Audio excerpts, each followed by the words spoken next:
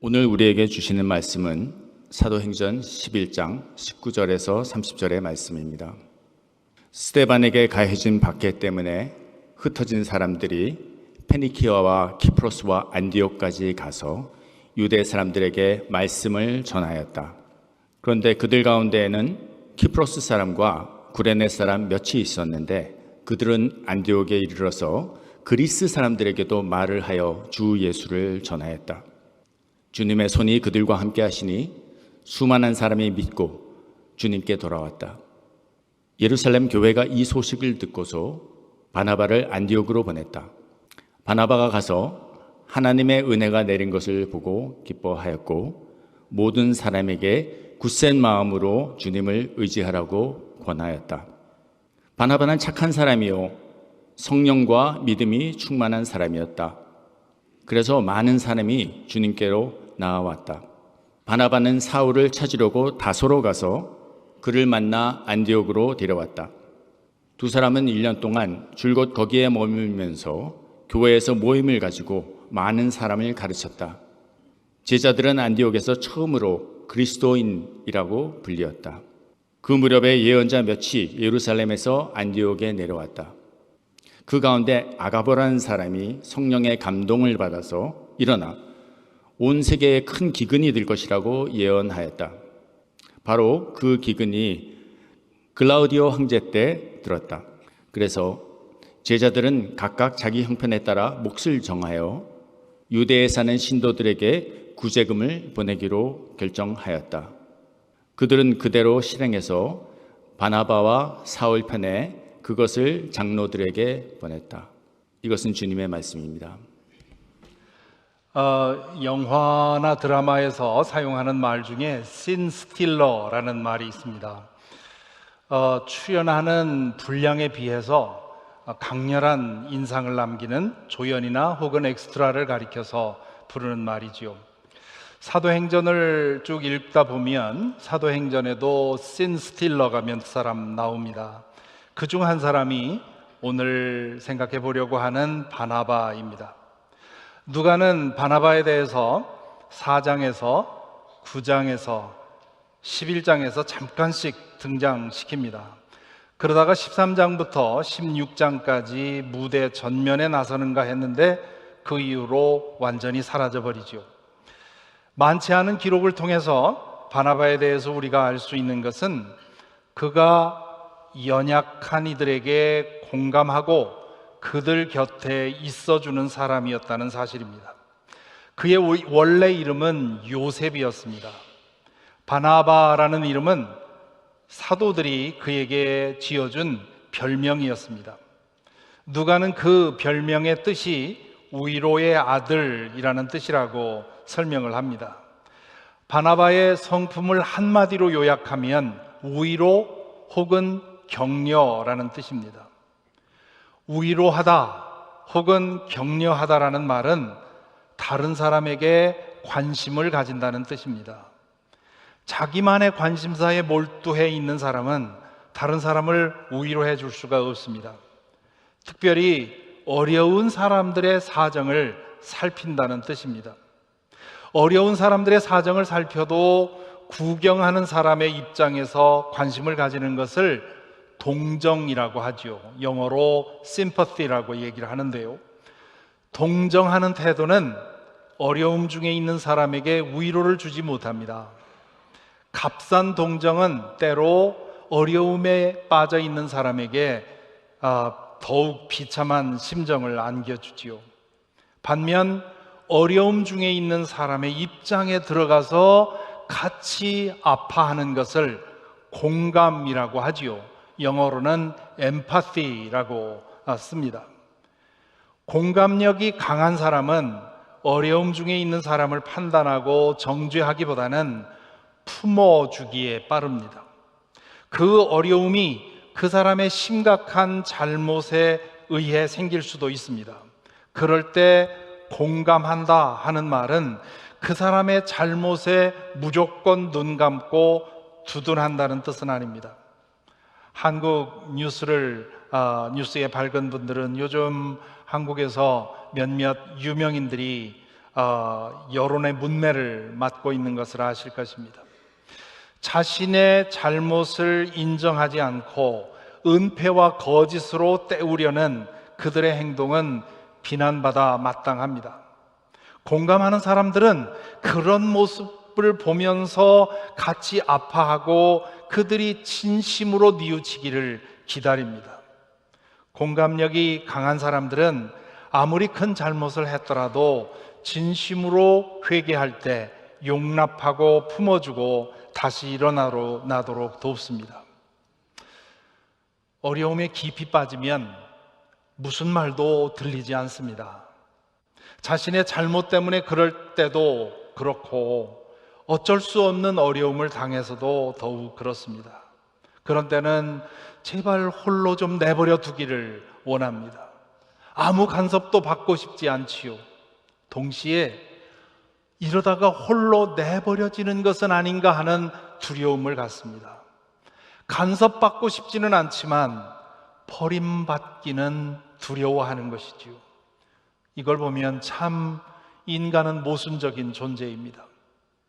어려움을 당할 때 가장 두려운 것은 모두로부터 버림받는 것이고 잊혀지는 것입니다. 그렇기 때문에 누군가 곁에서 말없이 기다려주기를 원하지요. 자신이 고개를 돌려 손길을 뻗을 때까지 그림자처럼 기다려주기를 바랍니다. 공감력이 강한 사람들은 그렇게 하는 사람들입니다. 그래서 어려움 당한 사람 곁에서 머물러 기다려줍니다. 그리고 때가 되면 그 사람에게 다가가서 위로해주고 필요한 도움을 줍니다. 사도행전에 이 바나바에 관한 이야기가 그리 많지는 않지만 그 몇 가지 이야기만으로도 우리는 그의 공감력이 얼마나 놀라운 일을 만들어내는지를 볼 수 있습니다. 지지난주에 보았습니다마는 사울이 다마스쿠스로 가다가 부활하신 주님을 만납니다. 그는 사흘 동안 시력을 잃었는데요, 아나니아의 안수 기도를 받고 눈을 뜨게 되지요. 물리적인 시간으로는 72시간 정도의 짧은 시간이었지만 사울에게는 영원과도 같은 그런 긴 시간이었을 것입니다. 그 기간 동안 사울의 세상이 완전히 뒤집어졌고 그는 예수의 복음을 박해하는 사람으로부터 전하는 사람으로 변신합니다. 회심한 후에 그는 다마스쿠스에 사는 신도들과 함께 지내면서 유대인들이 모이는 회당에 다니면서 복음을 전합니다. 유대인들은 사울의 변신에 격분합니다. 원래부터 다른 편인 사람들보다는 나와 같은 편이었다가 배신한 사람이 더 밉게 되어 있습니다. 그들은 바울을 살해하기로 했고 그로 인해서 사울은 다마스쿠스를 떠나야 했습니다. 그는 은밀하게 예루살렘으로 돌아옵니다. 그는 부활하신 주님을 만남으로 인해서 예루살렘에서 어디에도 소속하지 못하는 철저히 고립되어 있다는 사실을 발견하게 되지요. 그는 사도들과 신도들을 찾아가고 싶었지만 그들은 사울을 믿지 못하는 겁니다. 예수 믿는 이들을 그렇게 지독하게 잡아들이기 위해서 노력한 사람이기 때문에 저 사람이 위장하고 우리를 다 잡아들이려고 저러는지 모른다, 그렇게 의심했기 때문입니다. 반면에 유대인들은 신도들을 잡으러 다마스쿠스까지 원정 갔던 그가 빈손으로 돌아왔을 뿐만 아니라 그들 편으로 전향을 했으니 배신감에 치를 떨었을 것입니다. 사울은 옴짝달싹할 수 없는, 어디로도 고개를 돌릴 수 없는 섬이 되어버린 것입니다. 이때 사울의 심정을 한번 헤아려 보시기 바랍니다. 자신이 과거에 한 일이 있으니 누구를 원망할 수도 없습니다. 다시 유대인들의 편으로 돌아갈 수도 없고요. 사도들과 신도들은 그의 진심을 몰라주니 얼마나 답답했겠습니까? 바로 그때 바나바가 찾아갑니다. 바나바에게도 어느 정도 의심이 있었을 것입니다. 위험을 무릅쓰고 사울의 회심이 진짜인지 아닌지 확인하기 위해 찾아갔는지도 모릅니다. 덮어놓고 의심하기보다는 위험을 무릅쓰고라도 진심인지 어떤지 확인하고 싶었을 것입니다. 바나바가 찾아왔을 때 사울이 얼마나 위로를 받았겠습니까? 누군가 자신을 찾아주었다는 것만도 큰 위로가 되는데 자신의 이야기를 귀담아 들어주는 겁니다. 바나바는 사울의 이야기를 다 듣고 나서 그를 믿기로 했습니다. 그가 들려준 이야기도 믿을만 했을 뿐만 아니라 그의 눈빛과 말투와 행동에서 이 사람이 진짜구나 하는 것을 느낄 수 있었습니다. 그는 사울을 데리고 사도들과 신도들에게 가서 그를 대변해 주지요. 바나바를 믿고 신뢰했기에 사도들과 신도들은 마음을 열고 바나바를 맞아들입니다. 하지만 얼마 후에 사울은 예루살렘을 떠나야 했습니다. 유대인들이 그에게 앙심을 품고 그를 제거하려 했기 때문입니다. 사도들과 신도들에게 그를 보호해 줄 만한 능력이 없었기 때문입니다. 그는 조용히 고향 다소로 내려갑니다. 바나바가 다시 등장하는 것은 오늘 읽은 사도행전 11장에 나오는 안디옥의 이야기에서입니다. 스데반의 순교로 인해서 예루살렘에서 일어난 박해로 인해 믿는 이들이 예루살렘 주변 도시들로 흩어졌는데 몇몇 사람들은 키프로스와 페니키아와 안디옥에까지 갑니다. 지금 동그라미 친 부분이 페니키아 지역입니다. 어느 한 도시 이름이 아니라 한 지역 이름인데요. 키프로스는 섬이고요. 안디옥은, 시리아의 안디옥은 얼마 전에 지진이 일어났던 터키 남부에 있는 도시입니다. 여기까지 박해받는 예루살렘 사람들이 피해 갔다는 뜻입니다. 그런데 이들 중에 몇몇 사람들이 이방인들에게도 복음을 전했다고 되어 있습니다.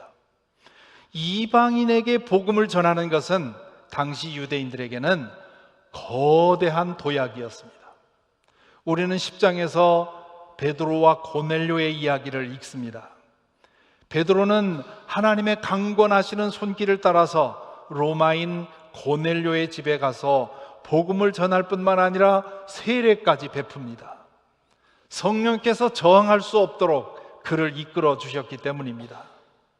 예루살렘 교회 지도자들이 그 소식을 듣고는 기겁을 합니다. 그들은 베드로를 소환해서 그 일에 대해서 문초합니다. 이방인에게까지 복음을 전한다는 것이 유대인들에게는 그만큼 충격적인 일이었습니다. 그들은 창조주 하나님이 유대인들만의 하나님이고 예수님은 유대인들만의 구세주라고 생각을 했던 것이지요. 안디옥에서 이방인들에게까지 복음을 전하려고 했던 사람들은 어떤 마음으로 그런 일을 시작했을까요? 아마 한번 해보자는 심정이 아니었을까 싶습니다. 그런데 놀랍게도 그들이 복음을 받아들이는 겁니다. 그것을 보고 그들은 더욱 용기를 냈겠고요. 그래서 더 많은 사람들이 믿게 되었습니다. 그로 인해서 교회 안에 유대인들과 이방인들이 함께 모이게 된 겁니다. 유대인들은 이방인들과 접촉하면 부정탄다고 해서 이방인들의 집에 들어가지도 않았습니다. 그런데 이제 지금 우리가 모인 것처럼 한 교회 안에 같이 이방인과 유대인이 모인 것입니다. 안디옥의 신도들은 이 문제를 어떻게 해결해야 될까 아마 당황스러웠을 것입니다. 우리 한국의 복음이 맨 처음에 들어왔을 때 선교사들이 백정, 천민 이런 사람들에게도 복음을 전하는 바람에 교회 안에 양반들과 백정들과 천민이 함께하는 그런 독특한 일이 벌어졌는데 지금 그런 일이 벌어진 겁니다. 빨리 와서 지금 우리가 당한 이 한 번도 보지 못한 이 상황을 좀 해결해 달라고 부탁을 했겠지요. 예루살렘 교회 지도자들은 이 소식을 전해 듣고 고민에 빠졌을 것입니다. 이방인들이 교회에 들어올 줄은 상상도 하지 못한 것입니다. 유대인들과 이방인들이 함께 모여 예배를 드린다는 것은 한 번도 예상해 본 적이 없는 일이었습니다.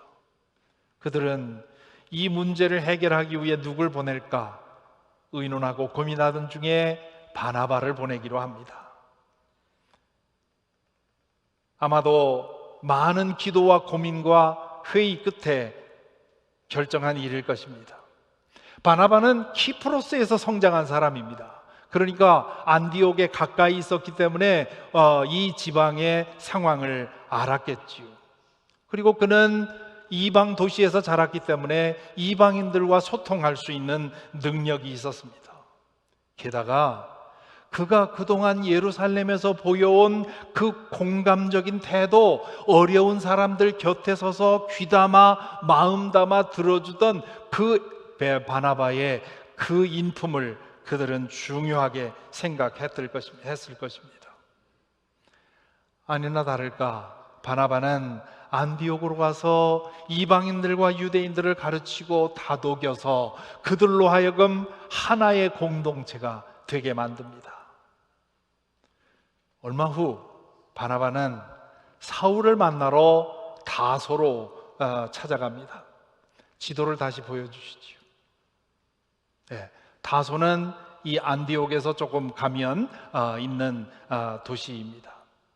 사울이 예루살렘을 떠나 다소로 내려간 후 10년 정도가 지났을 때의 일입니다. 그동안 사울은 이 다소 주변의 이방 도시를 다니면서 복음을 전했을 것으로 추정을 합니다. 그러는 사이에 예루살렘의 사도들과 신도들은 사울에 대해서 까맣게 잊었을 것입니다. 바나바는 안디옥으로 갔다가 교회 상황이 어느 정도 안정이 되자 사울을 만나러 다소로 올라간 것입니다. 이 바나바는 사울을 잊지 않고 있었던 것이지요. 그는 안디옥 교회에 사울이 필요하다고 느꼈습니다. 이방인들에게 복음을 전하는 것에 대해서는 바나바 자신도 별로 준비가 되어 있지 않았습니다. 사울은 10년 넘게 이방인들에게 복음을 전했으니 그가 온다면 안디옥 교회가 더 튼튼해질 것이라고 생각을 한 것입니다.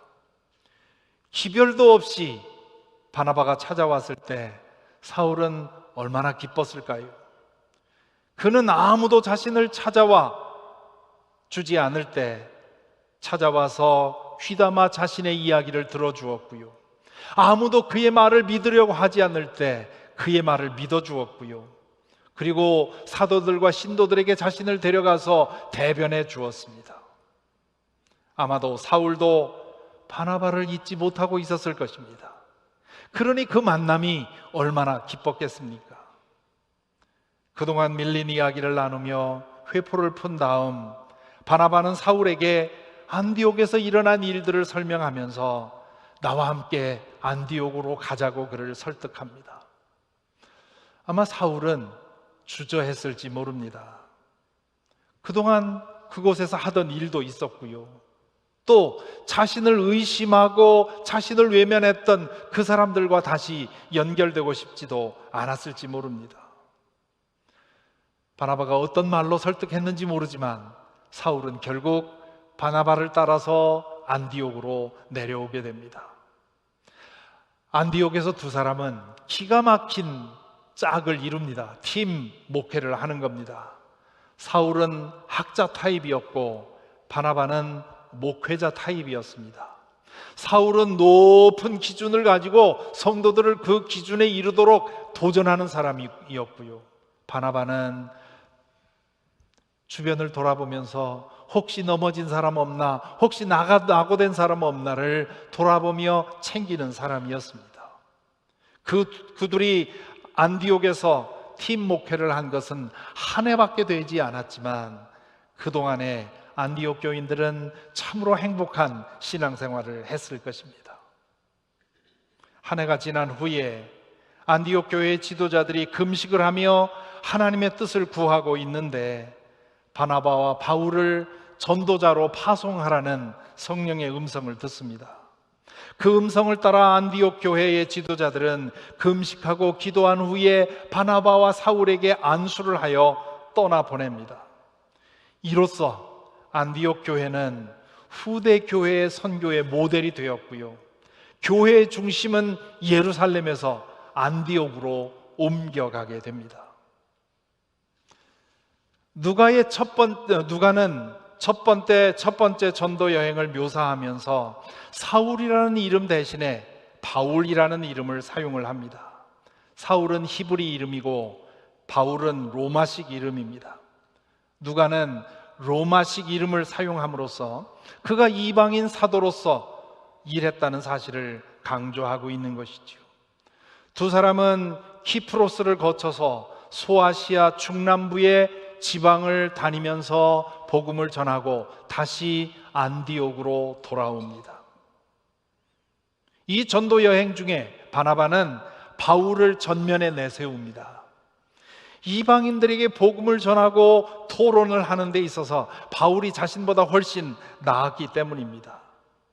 누가는 전도 여행에 대한 기록을 시작할 때 13장 4절에서 바나바와 사울은 이라고 시작하고 바로 그 다음 단락에서 바울과 그 일행은 이라고 기록하고, 그리고 그 다음부터는 바울과 바나바는 이라고 해서 바울의 이름을 먼저 씁니다.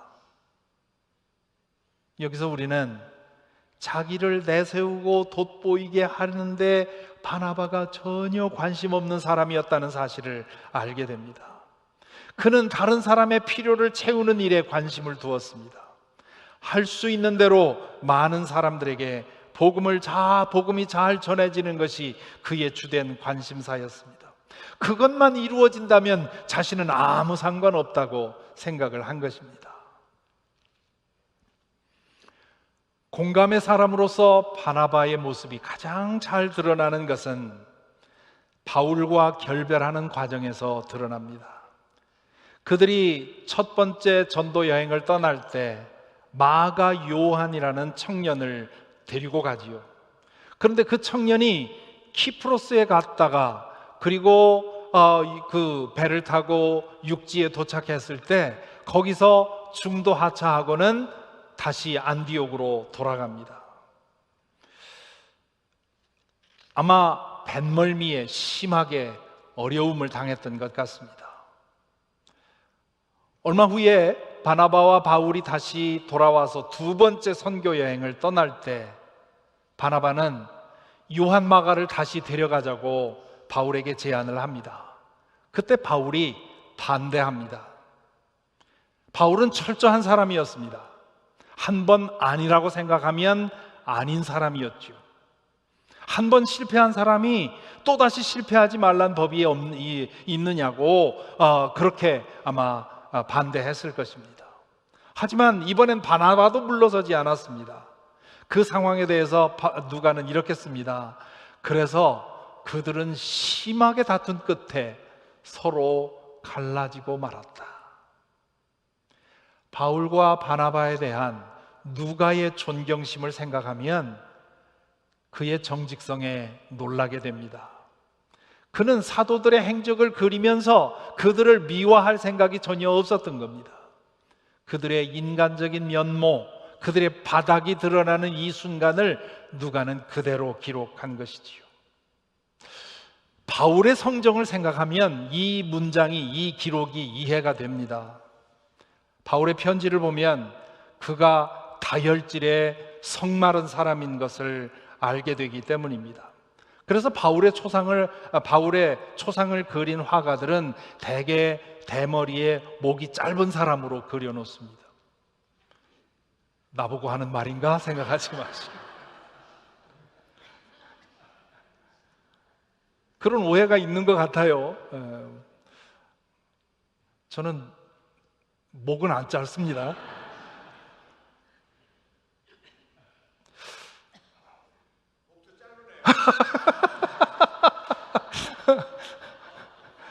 이 정도면 길어요.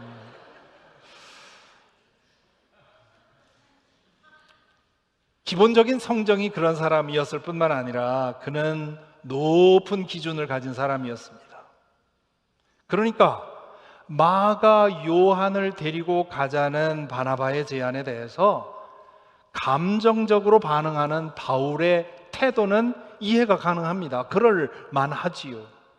하지만 바울과 맞서서 감정적으로 대응하는 바나바의 모습은 상상이 잘 되지 않습니다.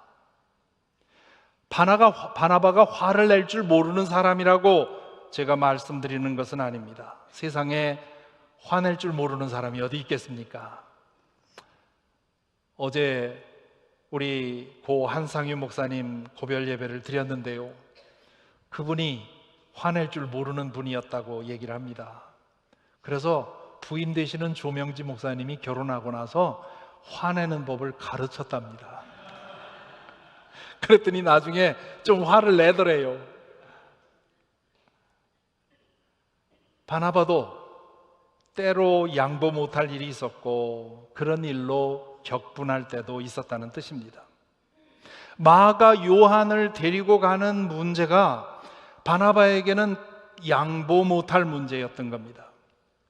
왜 그것이 바울과의 오랜 우정을 깰 정도로 그렇게 중요한 문제였을까요? 골로새서 4장 10절에 보면 이 요한 마가가 바나바의 사촌이었다고 얘기를 합니다. 자기 사촌이어서 그랬을까요?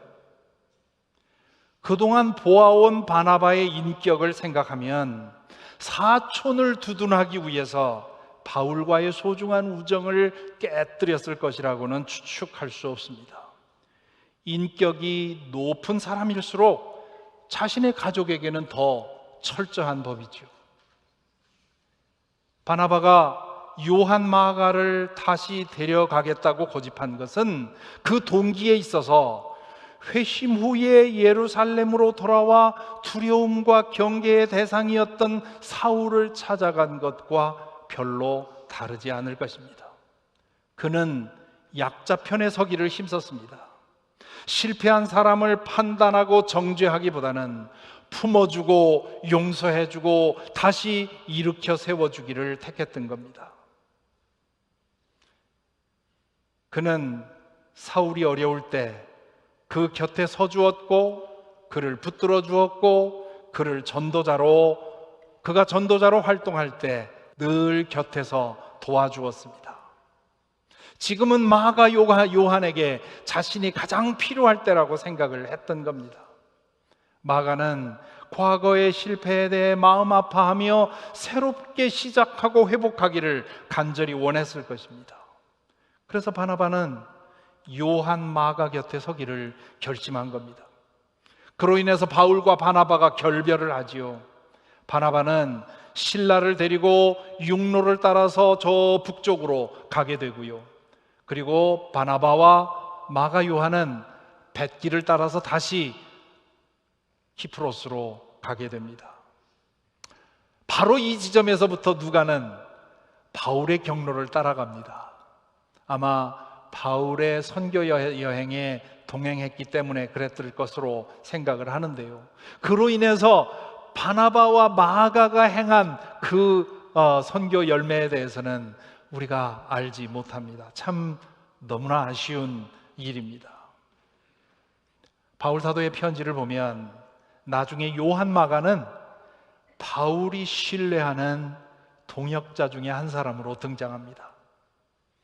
그 마가 요한은 또한 베드로에게도 굉장히 중요한 역할을 하게 됩니다.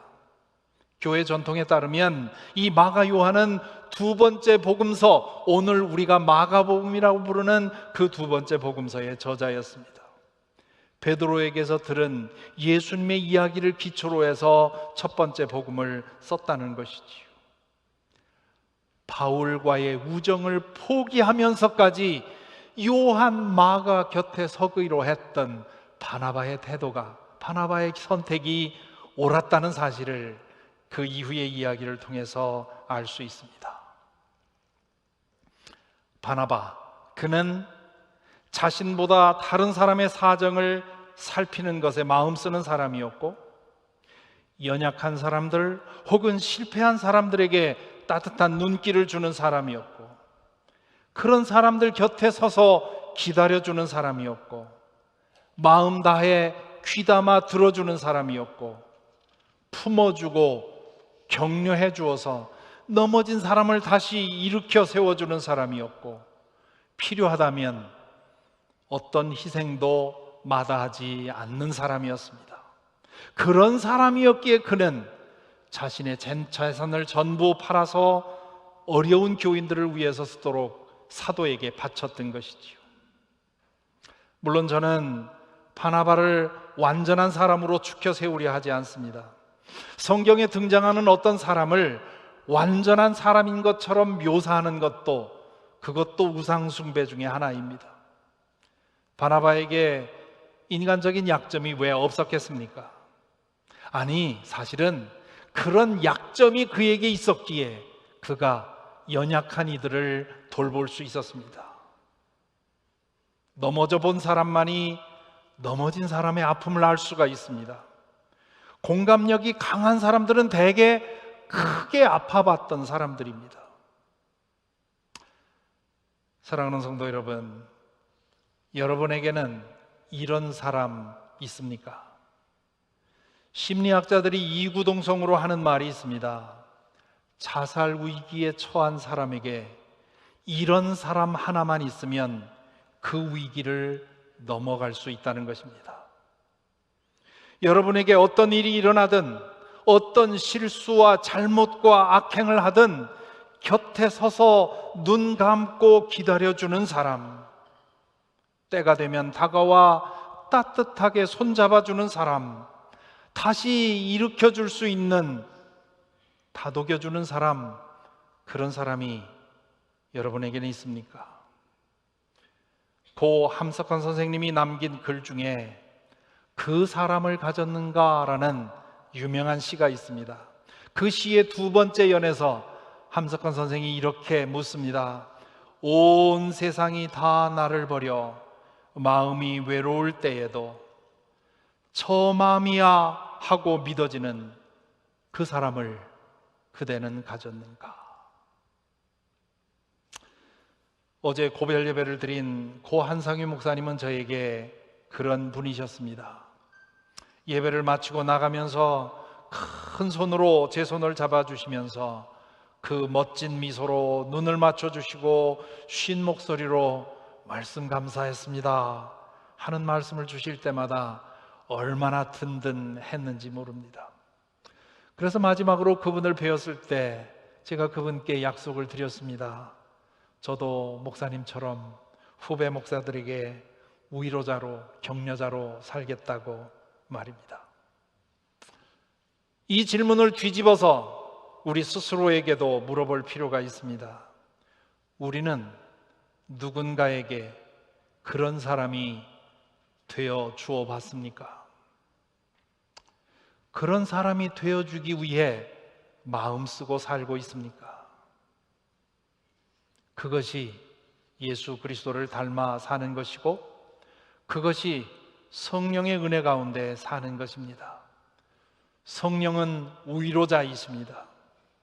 그분 안에 사는 사람은 성령을 통해 위로를 받고, 그리고 그 위로의 능력으로서 한 사람에게라도 위로자가 되어 살려고 힘쓰게 됩니다. 그래서 바울 사도가 데살로니가 교인들에게 이렇게 권면을 했습니다. 형제자매 여러분, 여러분에게 권고합니다. 무질서하게 사는 사람을 훈계하고, 마음이 약한 사람을 격려하고, 힘이 없는 사람을 도와주고, 모든 사람에게 오래 참으십시오. 아무도 악으로 악을 갚지 말고 도리어 서로에게, 모든 사람에게 항상 좋은 일을 하려고 애쓰십시오. 아멘. 기도하겠습니다. 이제 오늘의 말씀을 잠시 묵상하십시다. 오늘 우리 시대에 가장 필요한 사람은 어떤 사람일까요? 오늘 여러분에게 가장 필요한 사람은 어떤 사람일까요? 예수 그리스도의 은혜를 알고 그 은혜를 따라 살기를 소망하는 사람은 어떻게 사는 사람일까요? 바나바 같은 사람이 아닐까요? 여러분에게 바나바 같은 사람이 있습니까? 그렇다면 감사하시기 바랍니다. 그리고 그 사람을 소중히 여기시기 바랍니다. 아무리 둘러보아도 그런 사람 한 사람 없습니까? 그렇다면 예수 그리스도를 바라보십시다. 위로자이신 성령님을 바라보십시다. 주님께서 주시는 위로는 사람에게서 받는 것과는 비교도 할 수 없는 것입니다. 그리고 우리도 다른 사람에게 바나바가 되기를 소망하고 힘쓰십시다. 같이 사는 가족들에게, 교우들에게, 친구들에게, 직장 동료에게, 난 모르는 사람에게조차 나의 존재와 눈빛과 말과 행동이 위로와 격려의 도구로 사용되기를 기도하십시다. 주님께서 우리를 보면서 너의 이름은 바나바로다 말씀하실 수 있도록 그렇게 살아가기를 힘쓰십시다. 이 시간 함께 주님께서 주시는 마음을 가지고 기도하겠습니다.